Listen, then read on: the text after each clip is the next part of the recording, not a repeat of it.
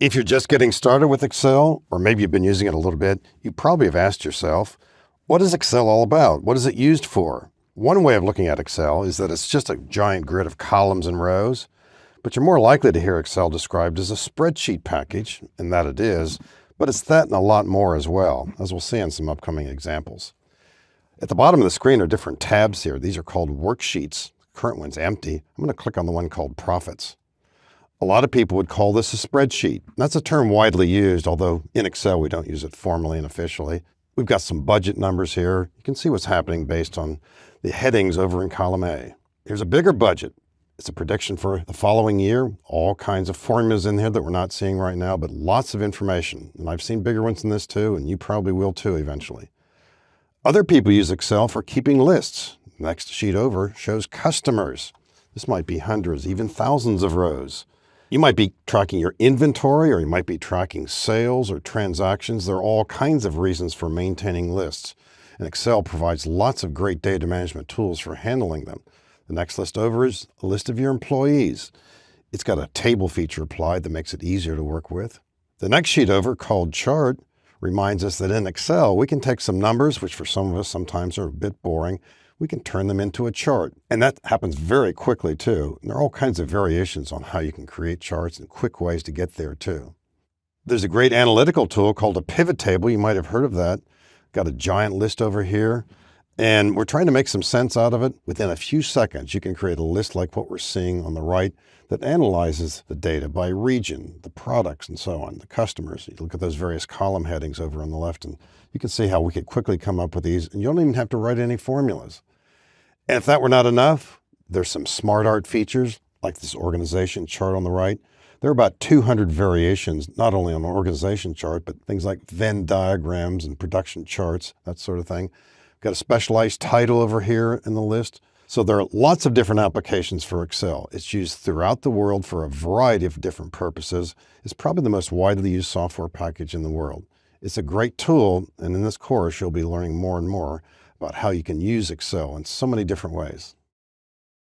Excel's menu system at the top of the screen consists of a series of tabs, home, insert, page layout, etc. And below that, a bunch of icons, and sometimes we call these commands too. The entire menu system is referred to as the ribbon. And actually a part of it, although sometimes we think of it as being somewhat isolated, above this is something called the Quick Access Toolbar. At the moment, it's quite small. We'll talk about that in a bit. As you work with Excel, you need these buttons often. Now, you certainly don't need every one of them. Some of these you'll never use. The Home tab is likely to be present on your screen much of the time. As we work with data, there's bold, italic, lots of buttons here. As I click Insert, we'll see a whole new series of buttons. And in some of these, you can just see by the names what they involve. Pivot tables, a bunch of chart icons here, something called spark lines, filters. Lots of choices there too. Page layout, as the name suggests printing perhaps, getting ready for printing. Formulas has, of course, a lot to do with formulas and how we use them and track down by way of auditing. Built-in functions, there are over 450 of them in Excel, are referred to on these various buttons here. And many of you will be using these a lot. The Data tab has a lot to do with data management tools, foremost of which is sorting. A lot of people will be doing filtering as well. And some other tools over here, like an exciting feature called Flash Fill, and another one for getting rid of duplicates, that sort of thing. Adding subtotals. The Review tab, as the name suggests, spelling check, for example. We can protect worksheets out here, workbooks if we wish. There's a View tab for changing the way that we see the data. Add-ins you might or might not use. Ignore that one for the moment. And an expanded help system with lots of opportunities here for tracking down information on something you need to know. The one tab here that's quite a bit different from the others is the File tab. This takes us into what Microsoft calls the backstage view. It has more to do with the externals, how we open and close and save files. You'll also notice that print is in here as well too. And as you make choices here, of course, the screen will change. If you want to go back into the standard display of Excel, we either press Escape or that leftward arrow at the top of the screen. The Quick Access Toolbar up here is designed for you to modify it if you wish. It's got 3 buttons in it initially, a Save, an Undo, and a Redo. But the idea is for certain buttons that you might use often, so that you don't have to go to a particular tab to find them, you can also make a copy of them and put them on the Quick Access Toolbar. So an example, I'm going to click Insert here. Suppose I work with pivot tables a lot. I want that button on the screen here all the time. I don't want to have to go to the Insert tab necessarily to get it. I'll simply right-click Pivot Table, and you can do this with any button here. Right-click, add it to the Quick Access Toolbar. So the next time I'm working with my data, I might be on the Home tab, doing some formatting there. I might be on the Data tab doing some sorting, but if I want to get to Pivot Table, it's right there. It's always going to be there. And you'll find that you'll want to place certain other buttons up there as well too. If at a later time you say, I don't use that very much, you can certainly right-click it and remove it. That's going to be very handy as you work with Excel. So once again, without getting intimidated, recognize this is a powerful set of features here. We refer to this as the ribbon, tabs on top of icons, and you'll be using many, many of these, particularly on the Home tab. Because Excel has so many command buttons in the ribbon menu system, at times you can't find the command. You're not sure which tab to click, and then where's that button that I need here? What's really helpful is what we call the shortcut menu. Anytime in Excel, when you use the right mouse button, you get a pop-up menu, and sometimes you will also get what's called a mini toolbar. Now, I might want a new row between rows 6 and 7 here, and I'm not sure where to find this. I think they use the term insert. Imagine that little scenario. So I'm going to go to the Insert tab up in the ribbon. I'm going to look around here, and I will not find what I want because it's not there. How am I supposed to know that? So what I'm going to do, and here too, maybe it's guesswork, but I'm going to right-click on row 7. This is the actual row number here. I'm going to right-click. And what pops up here is an abbreviated list of commands taken from the main menus. They're not necessarily all from the Home tab. Here's some different choices here. Microsoft has programmed this feature to bring up only the commands that most users are likely to need at this point. And right above it is what we call the mini toolbar. Now, I don't need to do any formatting right now, but if I wanted to make all those cells bold, I can do it right here. I don't have to go up to the top menu anywhere. So I just did that. I'll right-click again on row 7, and I think it is Insert, and this will push all the data down. I want to insert a new row, and that happens. Now, the right mouse button is context sensitive. If I highlight some cells like this and right-click, we're going to see the mini toolbar there, and certainly some of these commands we saw before are there, but there's some others as well too. So it's a slightly different list of commands there. So it is context sensitive. And although maybe it's premature for some of you, you haven't worked with Excel just yet, if I go to one of the sheet tabs at the bottom and right-click one of them, that's a completely different set of features related to worksheets within an Excel workbook where we can add new ones. And you can see some of the terms and probably guess what a lot of them mean. So that right mouse button is really handy, not only for the commands that it offers you, but when it comes time to formatting, that mini toolbar puts those buttons close to where the action is, you might say. If I right-click a column at the top of the screen, I'm right-clicking column D. We would expect to see Insert here, just as we did on a row, and we see some similar commands like we saw before, but this time Insert would mean insert a new column. I don't want to do that here, but if I did, that's where I would go.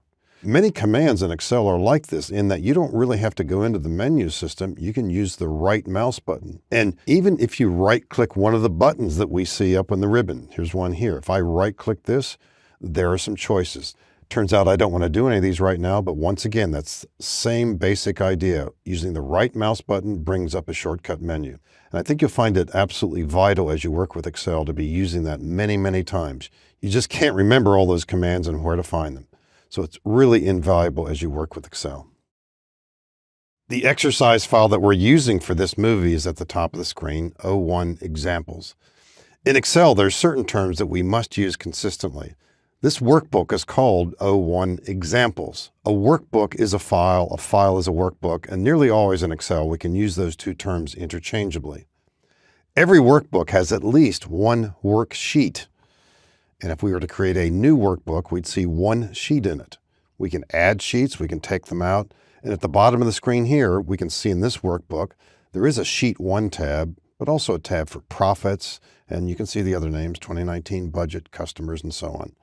And we can add many, many sheets. As you can see, we can have color as well too. So we never want to make those terms be used interchangeably. Every worksheet has exactly the same number of columns, the same number of rows. On my keyboard, I'm pressing the right arrow here. As we see this cell moving across the screen, we see the column letters. These are columns. Columns are vertical, and they're identified by letters. And after we come to the letter Z, you see how the lettering scheme starts all over again with A, B, and so on. And to get to the far right, and normally you won't need to do this, I'll hold down the Control key and then press right arrow. It takes us all the way to the end. That's the last column.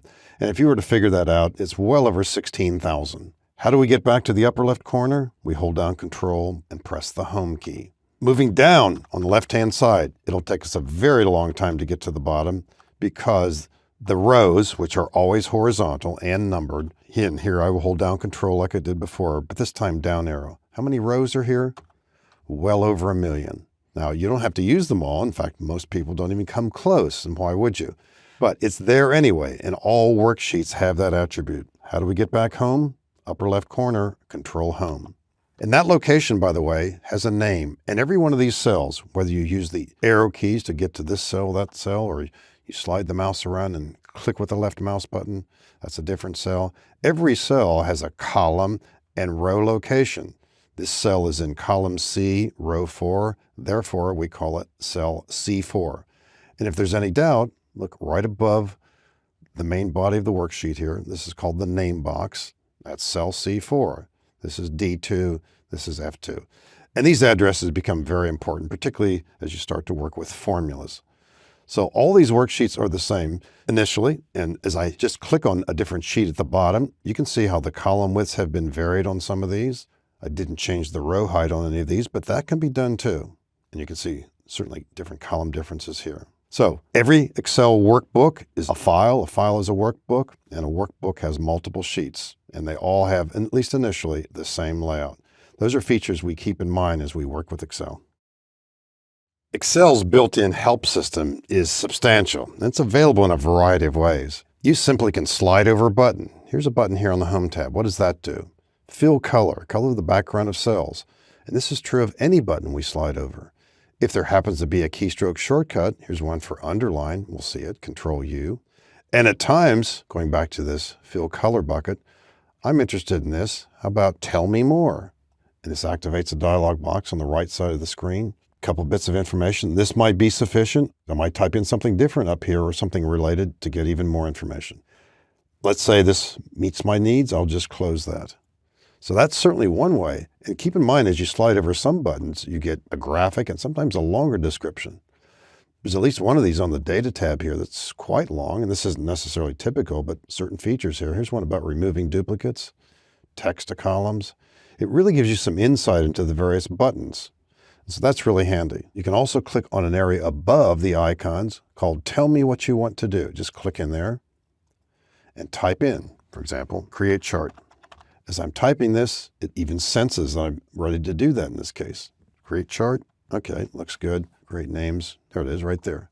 Click that, gives you some information on that. And that will vary too, depending on where you are on the worksheet. That's handy. And what do we see here? An actual tab in the ribbon called Help. And this is newly redesigned, and there are lots of features here. Clicking Help here activates that dialog box on the right side of the screen. You can also get to here at any time by pressing the function key F1. Maybe I'm interested in formatting. I could click here. And one of these likely is to meet my needs. I'll click there. If not completely self-explanatory, I think you can quickly get the idea as to how you can get help here. There's an option here for feedback if you wish. You can communicate with Microsoft indicating that you like a certain feature or don't like it, or I have a suggestion. And there's a broad community of users, and you can go to some of the various options here. This might lead you into an external site where you can provide or get more information on some of the features in Excel that you're interested in. And here's one called Show Training.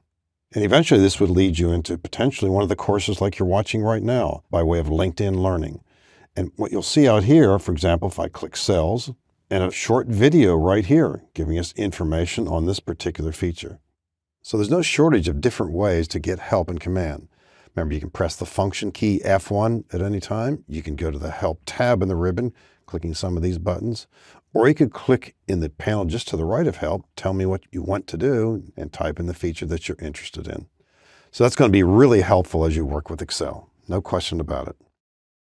Because Excel has so many command buttons in the ribbon menu system, at times you can't find the command. You're not sure which tab to click, and then where's that button that I need here? What's really helpful is what we call the shortcut menu. Anytime in Excel, when you use the right mouse button, you get a pop-up menu, and sometimes you will also get what's called a mini toolbar. Now, I might want a new row between row 6 and 7 here, and I'm not sure where to find this. I think they use the term insert. Imagine that little scenario. So I'm going to go to the Insert tab up in the ribbon. I'm going to look around here, and I will not find what I want because it's not there. How am I supposed to know that? So what I'm going to do, and here too, maybe it's guesswork, but I'm going to right-click on row 7. This is the actual row number here. I'm going to right-click. And what pops up here is an abbreviated list of commands taken from the main menus. They're not necessarily all from the Home tab. Here's some different choices here. Microsoft has programmed this feature to bring up only the commands that most users are likely to need at this point. And right above it is what we call the mini toolbar. Now, I don't need to do any formatting right now, but if I wanted to make all those cells bold, I can do it right here. I don't have to go up to the top menu anywhere. So I just did that. I'll right-click again on row 7, and I think it is Insert, and this will push all the data down. I want to insert a new row, and that happens. Now, the right mouse button is context sensitive. If I highlight some cells like this and right-click, we're going to see the mini toolbar there, and certainly some of these commands we saw before are there, but there's some others as well too. So it's a slightly different list of commands there. So it is context sensitive. And although maybe it's premature for some of you, you haven't worked with Excel just yet, if I go to one of the sheet tabs at the bottom and right-click one of them, that's a completely different set of features related to worksheets within an Excel workbook where we can add new ones. And you can see some of the terms and probably guess what a lot of them mean. So that right mouse button is really handy, not only for the commands that it offers you, but when it comes time to formatting, that mini toolbar puts those buttons close to where the action is, you might say. If I right-click a column at the top of the screen, I'm right-clicking column D. We would expect to see Insert here, just as we did on a row, and we see some similar commands like we saw before, but this time Insert would mean insert a new column. I don't want to do that here, but if I did, that's where I would go. Many commands in Excel are like this in that you don't really have to go into the menu system. You can use the right mouse button. And even if you right-click one of the buttons that we see up on the ribbon, here's one here. If I right-click this, there are some choices. Turns out I don't want to do any of these right now, but once again, that's the same basic idea. Using the right mouse button brings up a shortcut menu. And I think you'll find it absolutely vital as you work with Excel to be using that many, many times. You just can't remember all those commands and where to find them. So it's really invaluable as you work with Excel.